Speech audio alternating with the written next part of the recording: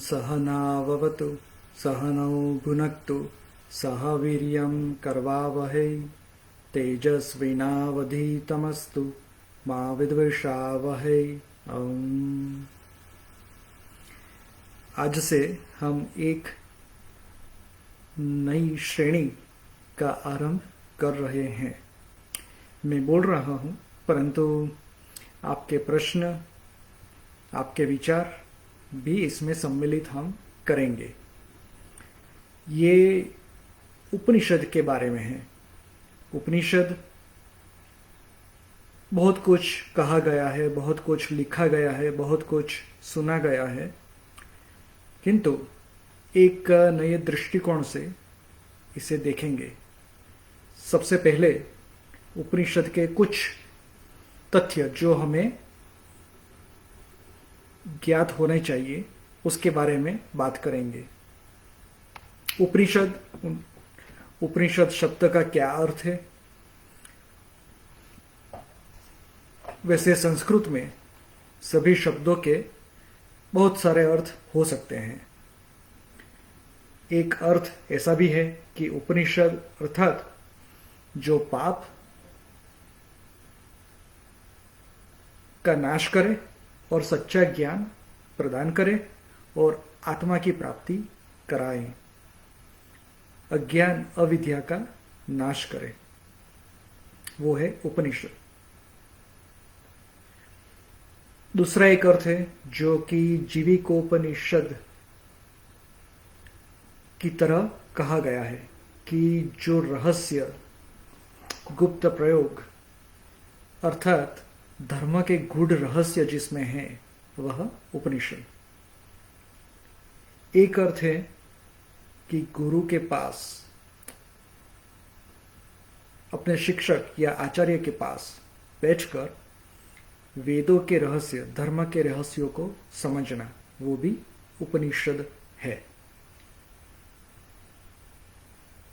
और एक अर्थ है कि जिससे ब्रह्म का साक्षात्कार हो सके, वो है उपनिषद।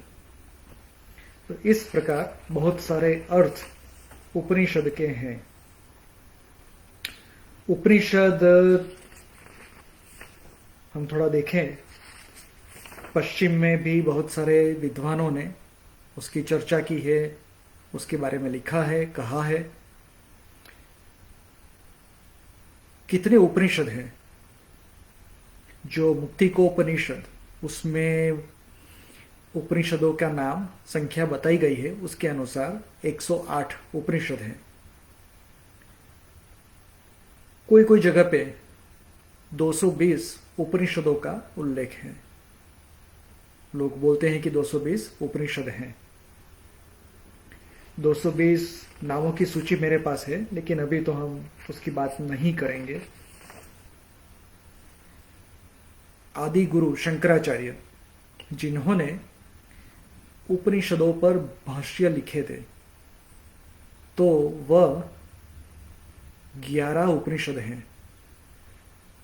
इस प्रकार जो 11 उपनिषद है उसे मुख्य उपनिषद कहा जाता है कि 108 या 220 में से ये 11 उपनिषद का अध्ययन, अभ्यास सभी सनातनी वैदिक वेदांतिन को करना चाहिए।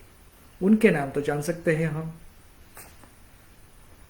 शंकराचार्य ने जिन 11 उपनिषदों के भाष्य लिखे उनके नाम है ईश, केन, कठ, प्रश्न, मुंडक, मांडुक्य, तैत्तिरीय, ऐतरेय, छांदोग्य, बृहदारण्यक, श्वेताश्वतर।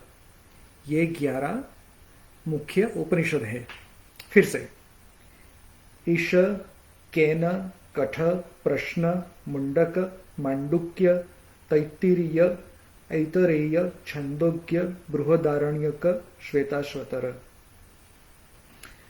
अब उनके रचनाकार, उपनिषद कब लिखे गए, इसमें भी मत मतांतर है, लेकिन ऐसा माना जाता है कि जो एक ज्योतिष शास्त्री हो गए, उनका नाम रजनीकांत शास्त्री जी, उन्होंने कुछ वैदिक साहित्य परिशीलन, उनका शोध ग्रंथ है, उसमें उन्होंने बताया है कि जो संहिताएं लिखी गई है वो ईस्वीसन पूर्व 4533 4533 ईसा पूर्व, तब ईशावास्य, शिव संकल्प उपनिषद जैसी संहिताओं में से बने गए उपनिषद रचे गए।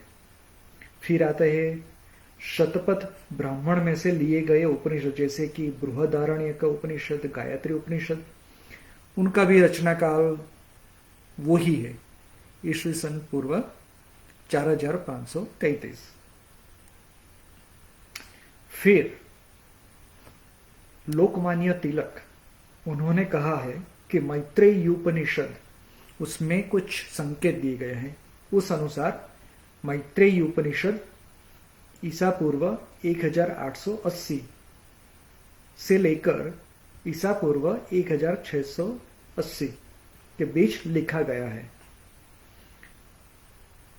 हम मान सकते हैं कि जो भाषा, जो संस्कृत भाषा का इन उपनिषदों में प्रयोग किया गया है, उसके अनुसार जो 11 मुख्य उपनिषद जिन्हों के भाष्य शंकराचार्य जी ने लिखे, वो 11 उपनिषद, उनकी भाषा एक जैसी ही है। तो मान सकते हैं कि वह ईसा पूर्व 4500 में लिखे गए होंगे। लिखे गए अर्थात बनाए गए, उनकी रचना काल। लिखना तो पता नहीं लिखा होगा कि नहीं, लेकिन उनकी रचना की गई होगी। और बाकी के जो 108, 220 जो उपनिषद हैं 11 के अतिरिक्त, उनका रचना काल हम मान सकते हैं कि ईसा पूर्व 4500 से लेकर ईस्वी सन जो कॉमन एरा 1000, 1100, 1200 तब तक का हो सकता है। हमारे पास कोई ठोस सबूत तो है नहीं। उपनिषद क्यों लिखे गए? क्योंकि वेद, जो 4 वेद है, मुख्य वेद, 3 वेदों में ब्रह्म विद्या है, एक वेद जो अथर्ववेद, उसमें सामान्य सामाजिक विद्या है। तो ये 4 वेदों में प्रतीकात्मक, उपदेशात्मक जो भाषा है, जो रूपक दिए गए हैं, वो कई जगह पे सीधी सरल भाषा में दी गए हैं, कई जगह पे गूढ़ार्थ में है। तो उनको समझने के लिए, लोक भोग्य बनाने के लिए, सामान्य जन को समझाने के लिए उपनिषदों की रचना ऋषियों ने की। इसीलिए उपनिषदों को वेदांत कहा जाता है। जो उपनिषद है उनकी भाषा अलंकारिक भी है और सरल भी है। कई कई जगह पे ऋषियों ने अपने दृष्टिकोण उसमें डाले हैं। थोड़ा गूढ़ार्थ भी बनाने का प्रयत्न किया गया है, लेकिन सभी जगह पे नहीं। तो इतना, अगर हम इतनी पूर्व भूमिका बांध लें और उपनिषदों का अभ्यास हम करें, एक मैं बोलूंगा, मानूंगा कि जो 11 मुख्य उपनिषद है, उसके अतिरिक्त जो 108 उपनिषद हैं, उनके 3 भाग बनाए गए हैं।